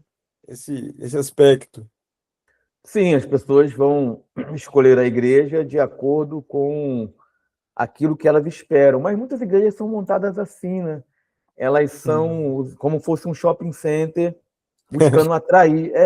Por exemplo, tem igrejas que são montadas sobre o culto. Elas não estão preocupadas em converter pessoas, elas estão preocupadas em disputar o mercado de crentes naquele lugar. Então eu coloco um culto legal e aí as pessoas vão, mas você vê que elas não vão evangelizar, elas não vão fazer obras, elas não saem para fora. Elas se tornaram um lugar só de atração, como se fosse qualquer lugar que a gente vai. Por exemplo, se um estabelecimento está fechado, ele não funciona, ele só funciona naquele horário, naquele momento. Igreja não é para isso, a igreja é movimento constante. Então você tem duas mãos aí. Você tem as pessoas que tratam a igreja como cardápio, e você também tem igrejas que se colocam dessa forma mesmo. Elas se colocam para satisfazer as necessidades humanas. Vocês querem que eu saia e entre de novo, ver se a câmera volta? Ou não? Pode tocar assim? Por mim, tá tranquilo. Para mim, tranquilo? Então tá bom. Que eu acho que ela, só tocando aqui no cabo, ela não vai voltar, não. Não, pode ficar à vontade, pastor. Tá bom, então. Para a gente, o ensino aqui tem sido... E esperamos que muitas pessoas ouçam, porque tem sido esclarecedor, como eu coloquei lá na chamada. Realmente é uma benção. Agora, veja bem, diante de tudo isso que o senhor falou, igrejas que são criadas, geradas, abrem e às vezes não têm um conhecimento, pessoas que mal intencionadas que pregam. A grande preocupação que nós temos, e aqui agora o senhor tem nos trazido muita clareza com relação a isso, agora a nossa pergunta é: o que é uma mensagem equilibrada? Uma mensagem cristocêntrica? Vamos supor que eu seja alguém que eu estou chegando na igreja agora. O que eu precisaria estar ouvindo para falar, não, aqui é um lugar que é saudável? Uma mensagem cristocêntrica é uma mensagem que centraliza as questões essenciais do Evangelho. Quais são as questões essenciais do Evangelho? Não é dizer que Deus abre porta de emprego. Isso é importante, mas não é essencial. Não é dizer que Jesus cura. Isso é importante, mas não é essencial. Qual é a mensagem central do Evangelho? Você é um pecador, você está sob a ira de Deus e sob a condenação de Deus. Só que Deus é um Deus de amor e ele aplacou a sua própria ira, mandando seu filho para que morresse na cruz, vencesse a morte, vencesse o pecado, para que você fosse salvo. De maneira que uma igreja que não fala do plano de salvação, lógico, eu não vou pregar a salvação todo domingo, não é isso, mas uma igreja que passa meses sem uma mensagem sobre a cruz, sem uma mensagem sobre a vida eterna, sem uma mensagem sobre a ressurreição, sem uma mensagem sobre santificação, talvez não seja nenhuma igreja, porque isso é o essencial do evangelho. Então, o que a pessoa precisa ouvir? Ela precisa ouvir que existe uma vida após a morte, que essa vida aqui é importante, mas que essa vida é curta, e o mais importante não é o que Deus vai fazer para ela aqui, o mais importante é aquilo que Deus dará a ela na eternidade. Porque quando eu entendo que eu sou crente porque eu sou salvo em Jesus Cristo, as circunstâncias da vida não vão me escandalizar. Por que Paulo foi preso junto com Silas e ele estava cantando louvores? Se ele entendesse que a vida cristã era ser exaltado aqui na terra o tempo todo, ele tinha se escandalizado, tinha desviado. Por que ele tomou quarentena de açoite e permaneceu? Então, por que crentes sofrem e permanecem? Porque eles estão fundamentados naquilo que é essencial. E por que tem gente que não permanece? Porque ele chega na igreja, até uma coisa que a gente faz hoje, que é diferente de antigamente, as pessoas vinham evangelizar, entregavam um folheto, diziam Jesus salva, Jesus te ama, ele quer mudar a sua vida, ele quer te levar para o céu. Hoje a gente faz um convite evangelístico dizendo, olha, está com problema no casamento? Vai na igreja. Está com problema de enfermidade? Vai na igreja. Está com problema financeiro? Vai na igreja. Se isso fosse só uma isca, tudo bem, ela chegasse lá a ouvir o evangelho, só que a gente chama o pecador para ir para a igreja por causa disso e chega lá e só ouve isso. Ele só ouve isso. E aí, quando ele encontra isso, talvez ele não fique. Ou ele fique, mas não fique convertido. Ele fique porque ele está num ambiente social que para ele é confortável, ele tem novas amizades, ele veja aquilo ali como um grupo de apoio. De maneira que o que não pode faltar é a cruz, é a salvação, é o sangue de Jesus. A gente estava falando assim, quanto tempo eu não ouço uma mensagem batendo com o Espírito Santo? Gente, eu não lembro a última vez que eu fui numa igreja e ouvi alguém pregar sobre o sangue de Jesus. Essa noite eu vou pregar sobre o sangue de Jesus. O sangue de Jesus perdoa, o sangue de Jesus redime, o sangue de Jesus... Eu não lembro. Por quê? Porque muito do que a gente prega hoje está tomado muito do que Deus vai fazer aqui agora. Volto a dizer, eu não quero tirar essas mensagens do púlpito. Elas são importantes, mas elas não são o essencial. É aí que você julga uma igreja que é séria, ou pelo menos que é profunda, de uma igreja que não é séria ou é superficial. É se naquele púlpito realmente tem mensagem de salvação, que confronta o pecado, de santificação. Isso é essencial, né, pastor? Se não tiver isso, reflita, pense no local que você está reunido e talvez seria oportuno começar a ver outras opções, né? Então, assim, é só o nosso conselho para você que está nos ouvindo e muitas vezes não está numa igreja que tem vivido essa experiência que o mestre André Luiz nos falou. Agora, pastor, a gente já está caminhando aí para o final da entrevista e tem sido um momento muito, muito bom, né? E a gente queria falar um pouquinho sobre produções que o pastor tem feito, livros, a formação teológica, alguns cursos que o pastor tem promovido, né? Tem até disponível online. Então, quais seriam aí esse material que o pastor tem? Tem aqui um livro que eu vi que chama O Sermão da Felicidade. Qual é a proposta central desse livro e a contribuição que esse livro pode dar para uma igreja, para um crente? Em 2011, eu escrevi o meu primeiro livro, que eu acabei nunca publicando, e hoje nem tenho mais vontade de publicar, né? Porque já não me representa mais, já está muito longe. Uhum. E publicar não é muito simples. Então, assim, até eu entender como aquilo funcionava, maturar aquilo, então eu fui publicar em 2016. Mas em 2016 eu entendi que, além de publicar, eu precisava contribuir tanto no campo da pedagogia cristã, do ensino, quanto no campo da literatura, porque a literatura é muito importante para formar o cristão. A gente tem no Brasil um grupo, uma população que lê pouco em comparação com outros países. Mas, ainda assim, os evangélicos acabam tendendo a ler mais porque a gente é o povo do livro. Nós somos uma tipo de fé, um tipo de religião, onde o livro tem uma função fundamental. Então, a partir da leitura da Bíblia, o crente tem uma ideia que ele precisa de ler. E a literatura ela é fundamental para o desenvolvimento da fé cristã. Sem literatura, a pessoa não consegue crescer, não consegue aprender. E não só a literatura cristã, mas a literatura é importante para o desenvolvimento de qualquer coisa. Se o Dan fosse um médico, não sei qual é a profissão que você tem, mas você teria que ter lido literatura médica e continuaria a ter que ler literatura médica. Ou seja, sem aquela literatura você não ia conseguir avançar. Uma coisa na fé cristã. Então eu lancei uma trilogia que é um comentário sobre o Sermão do Monte, o capítulo 5, 6 e 7 de Mateus. Sermão da Felicidade, Sermão da Providência e Casa na Rocha. Qual foi a proposta? É comentar o texto versículo a versículo. Apesar de pregar todo tipo de sermão, eu gosto de sermões expositivos, né? Estava falando do Hernandes, é mais ou menos assim. O Hernandes prega muitos sermões expositivos. E a proposta do livro é você pegar o texto e você entender o texto, te ajudar a dar uma aula, te ajudar a fazer mensagens ali. Então, o que é a bem-aventurança? O que significa isso aqui? Bem-aventurados os pobres, os humildes de espírito. O que significa o sal da terra? O que significa a luz do mundo? Para além da metáfora, né? Para as questões culturais, porque tem muita coisa por trás do texto que, quando a gente olha, a gente não enxerga. Eu vou dar um exemplo aqui. Então, Jesus diz, vocês têm que ser sal da terra. O que a gente faz? A gente vai logo para a metáfora. O sal vai salgar, é o que Jesus vai dizer, e terra é a gente na terra. Mas, na verdade, existem dois tipos de sal. Existe o sal marinho e existe o sal da terra mesmo. O sal que dá em minas de terra.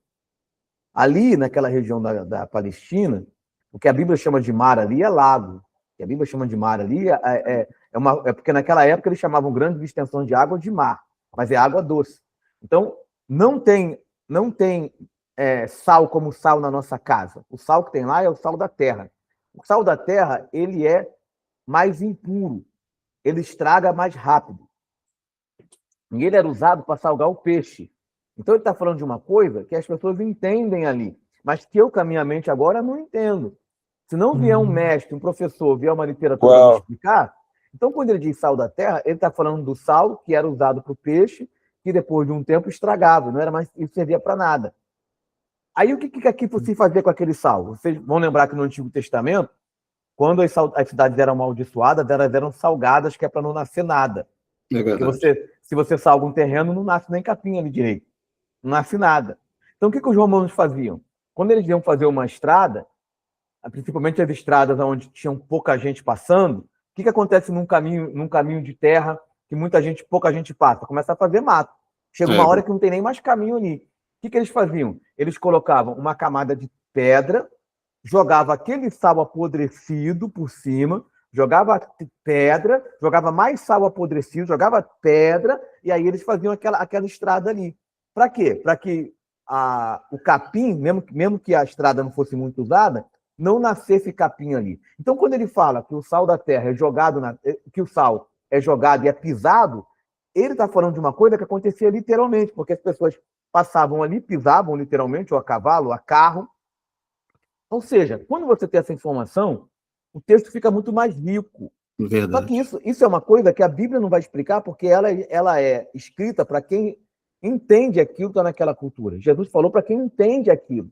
Quem é que vai fazer essa ponte? É a literatura e é o mestre. Isso, por exemplo, eu explico no Sermão da Felicidade, no capítulo 5.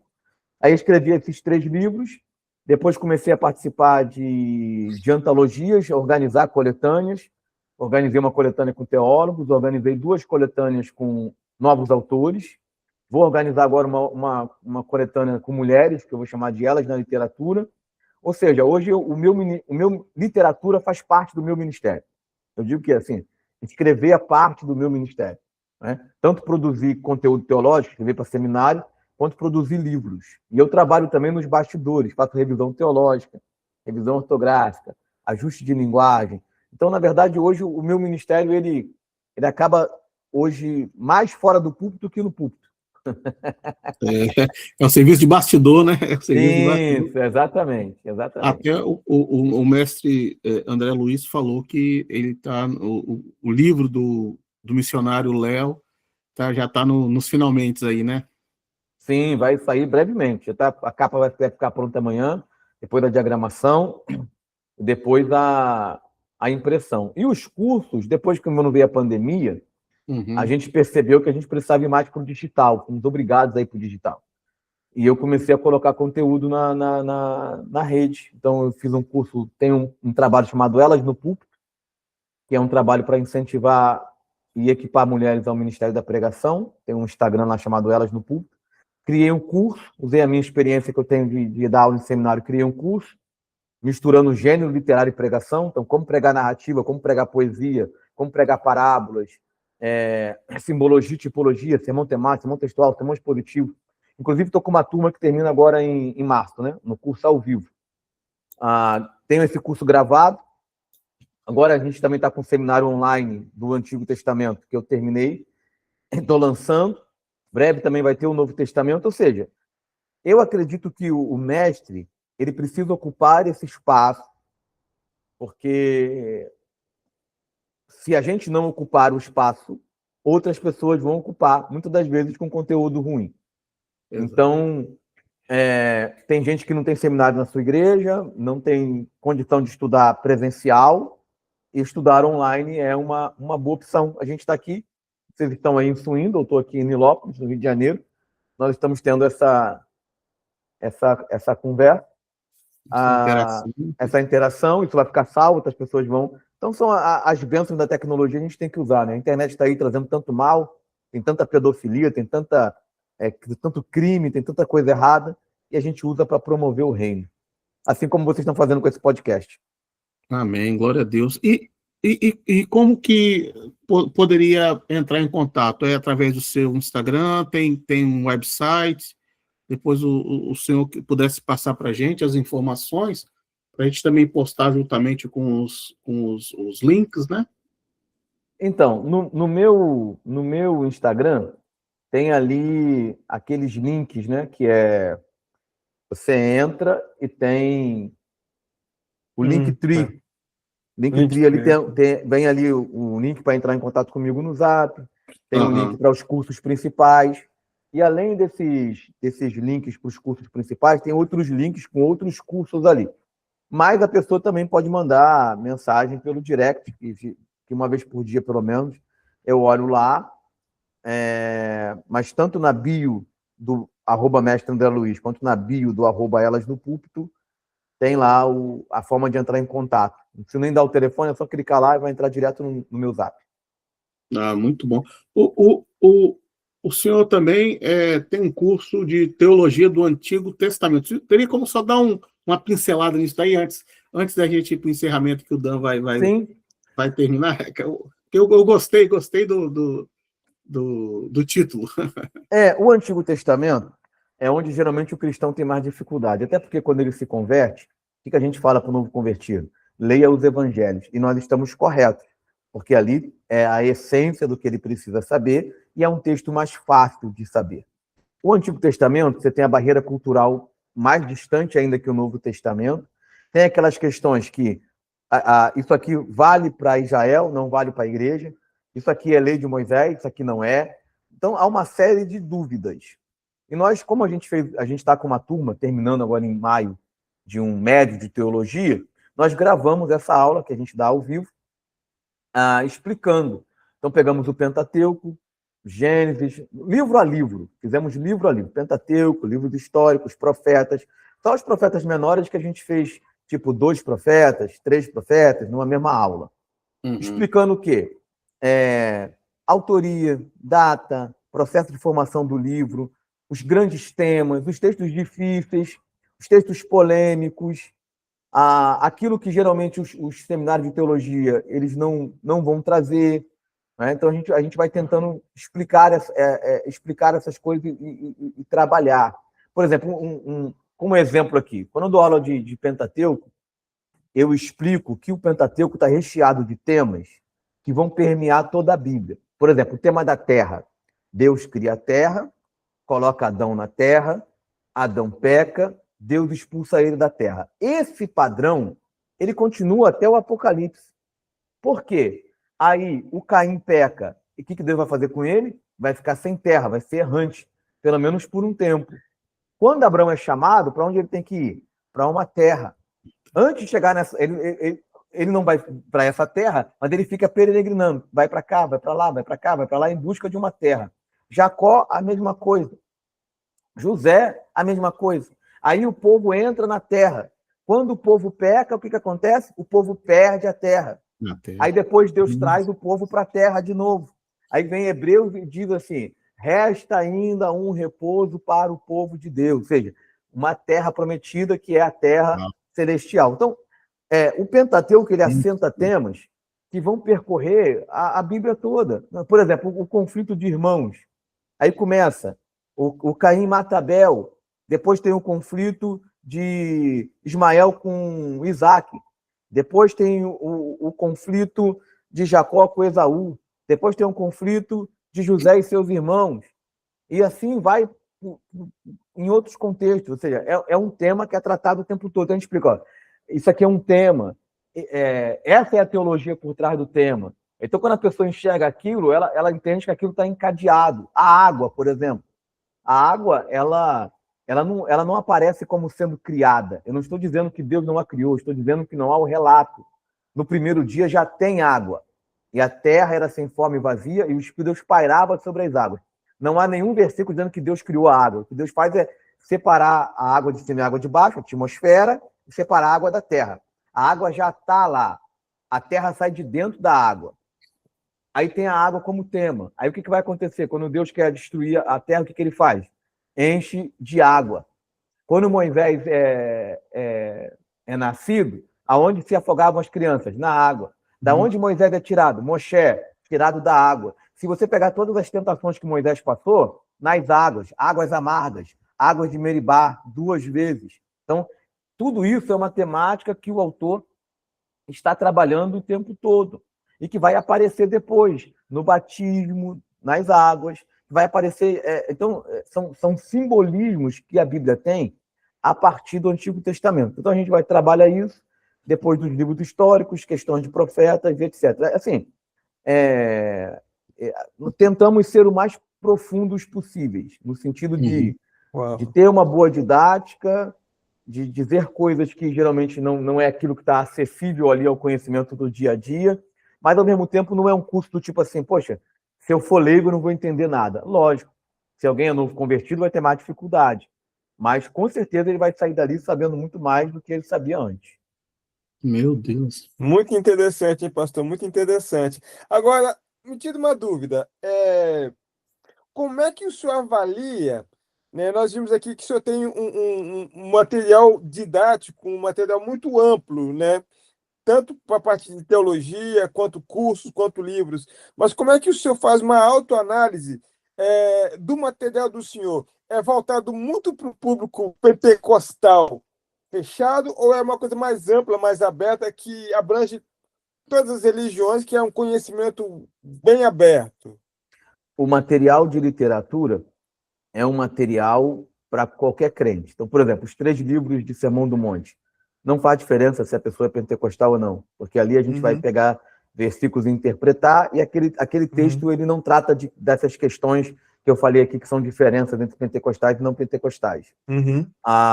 Os outros livros, que são coletâneas, Fé e Sociedade, Promessa, Fé como Resposta. Agora eu vou relançar o meu primeiro livro, que é um romance cristão, chamado Tadeu. Qualquer pessoa pode comprar e deve adquirir, e vai ler e vai ser abençoado. Agora, os cursos,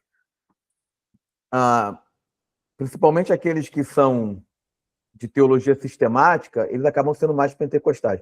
Esses cursos, por exemplo, que eu falei do Antigo Testamento, isso é teologia bíblica. Isso é... O que é teologia sistemática e teologia bíblica? Rapidinho, só para diferenciar. A angelologia, doutrina dos anjos. Ou seja, tudo que a Bíblia fala sobre anjos, teologia sistemática. Então, é pegar um tema, o que a Bíblia diz sobre igreja, o que a Bíblia diz sobre pecado, o que a Bíblia diz sobre o fim dos tempos. Então, isso é teologia sistemática, é o ensino da Bíblia sobre algo.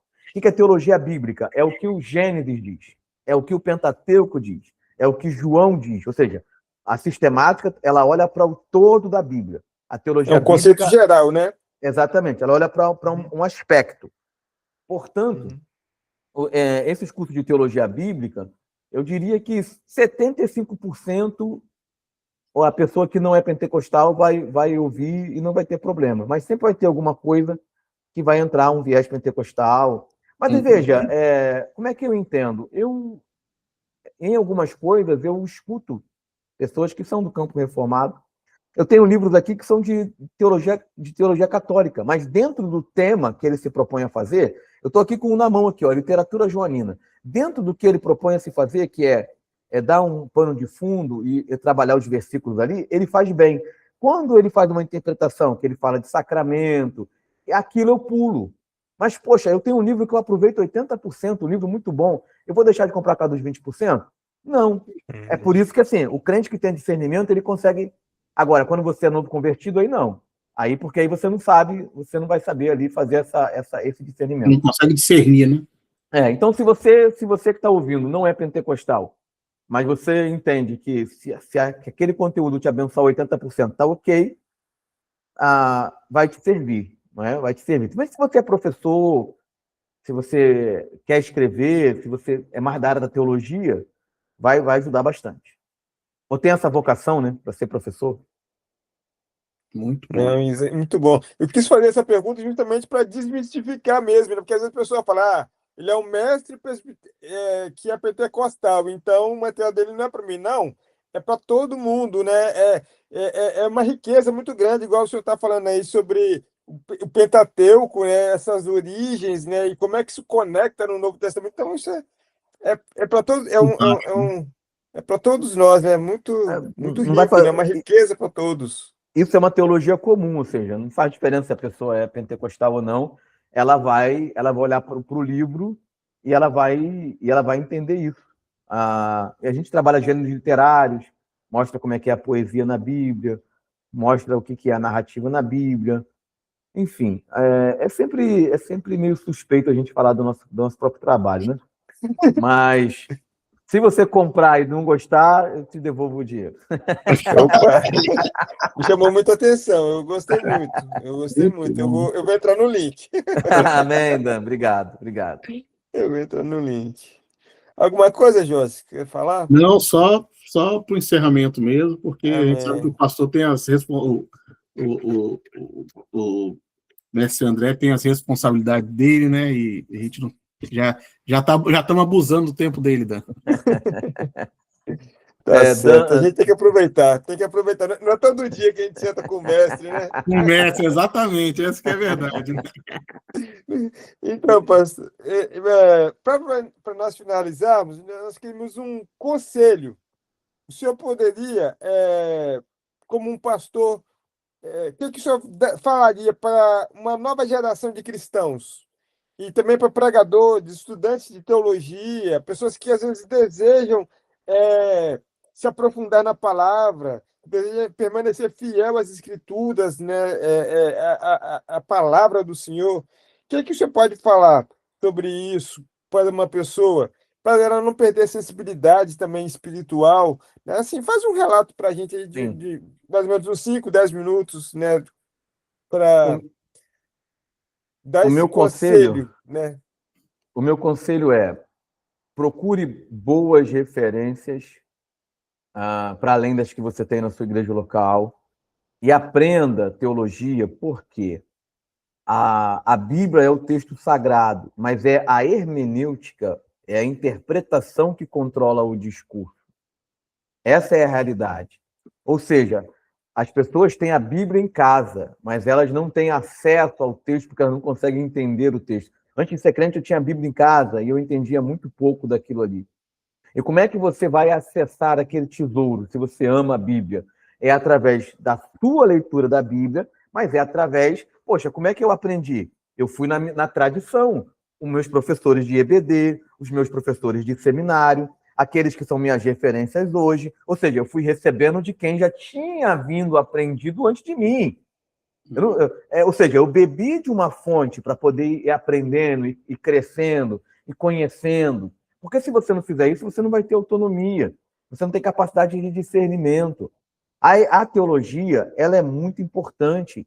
Tá? Um exemplo, a gente, há anos atrás, por exemplo, a gente disciplinava pessoas porque cortou o cabelo, a gente excluía pessoas porque usava uma calça, a gente excluía pessoas que via televisão. Aí alguns crentes dizem assim, não, mas isso é costume. É costume hoje, porque naquela época era doutrina. Doutrina. Era coisa séria, era coisa de falada em convenção, reunião de obreiros, se pregar, fazia tudo fechado.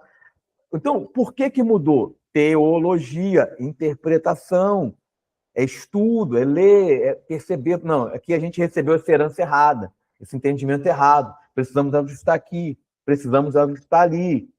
Assim, sem entrar em diversas questões que anteriores a séculos passados, que a igreja derrapou em questões porque tinha teologias equivocadas. A gente tem gente na história da igreja que tinha escravos, por exemplo. Há grandes nomes da história da igreja que tiveram esse pecado. Tinham escravos, não foram abolicionistas. Porque na cabeça deles, a escravidão era parte daquilo que era a realidade que a Bíblia apontava. E o que conserta isso? Teologia. E teologia, você não foge dela. Se você estuda, você tem teologia. Se você não estuda, você tem uma. Não existe. Se a pessoa diz Jesus é bom, é teologia, é estudo sobre Deus. Ela pode ser profunda, pode ser média, pode ser superficial, pode ser boa, pode ser ruim, pode ser ortodoxa, pode ser herética, mas você não foge disso.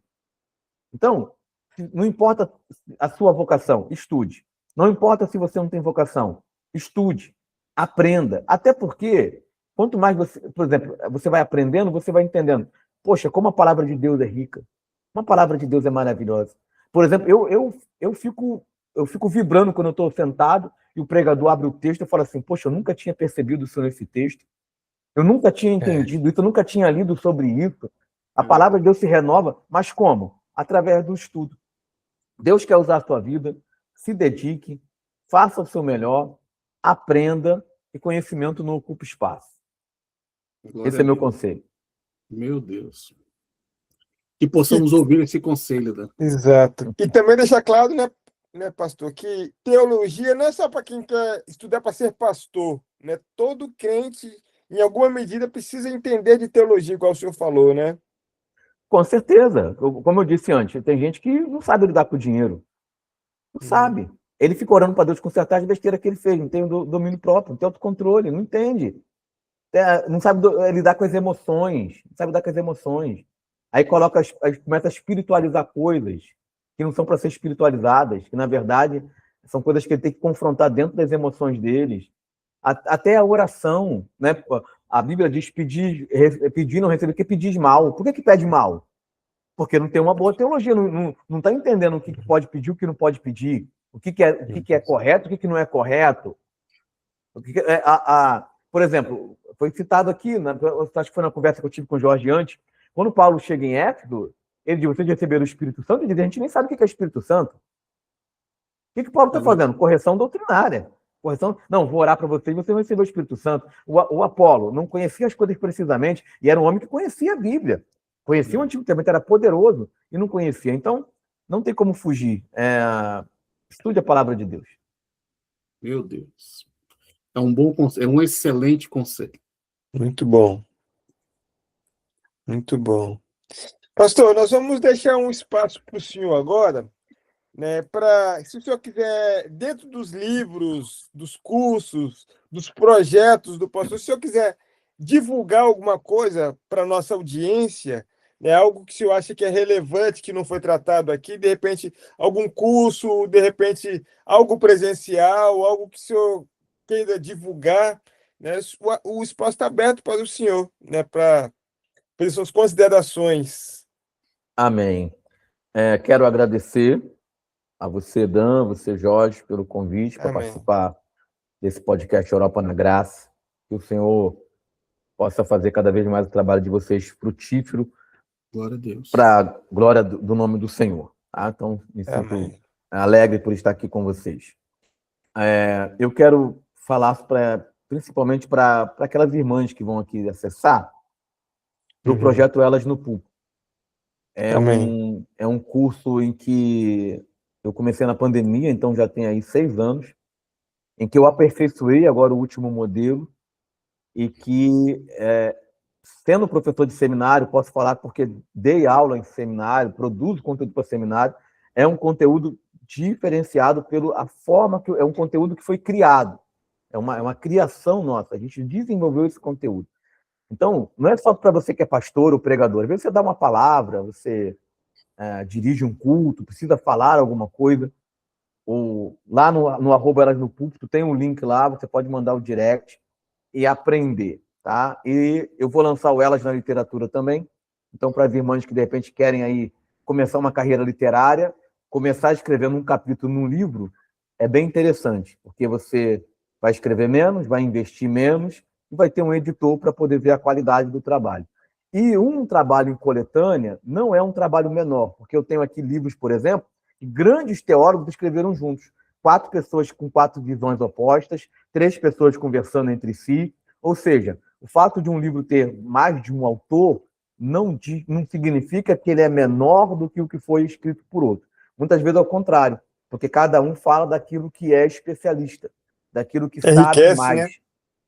Pois bem, então você tem essas oportunidades aí. O Elas no Púlpito, o Elas na Literatura, e quem ouviu e gostou das questões teológicas, procure lá os cursos lá que estão colocados, e a gente vai colocar mais. Em março eu vou colocar o Novo Testamento, e depois vou dividir o Novo Testamento, e vamos indo aí, com a graça de Jesus. E peço perdão pelo problema técnico aqui, né? Acabei postando na câmera, mas acho que vai ficar até melhor o pessoal não olhando para minha cara. A mensagem foi entregue. A mensagem foi entregue. Isso é importante, isso que é importante. Amém, amém. Obrigado, gente. Pastor, a gente aqui agradece aí o seu tempo, compartilhar conosco as suas experiências, o seu chamado para a presença de Deus, da forma que Deus trabalhou na sua vida, o seu crescimento, e hoje o mestre, né, depois de com certeza, muitos estudos e muita dedicação, hoje pode compartilhar conosco um pouco aqui desse conhecimento. E a gente só pode agradecer, porque na chamada eu falei esclarecedor, e verdadeiramente são coisas que esclareceram e nos iluminaram para que possamos continuar nessa nossa caminhada. Então, a gente queria agradecer o mestre André Luiz mais uma vez, a gente queria agradecer o Dan, e amém. O que nós pedimos é, se você gostou do conteúdo, né, se inscreva, assine a notificação, faça comentário, compartilhe o vídeo com alguém, uma pessoa que precisa ouvir essa palavra, porque assim nós poderemos crescer. Não estamos preocupados com likes, mas a gente está preocupado com a edificação de almas, edificação de pessoas, para que o reino de Deus ele possa ser manifesto nas nossas vidas. Muito obrigado, mestre Antônio Luiz, mestre André Luiz, muito obrigado, Dan Rodrigues. Amém. E Deus abençoe a todos. Amém. Boa noite. Amém. Boa noite. Boa noite, que o Senhor possa abençoar.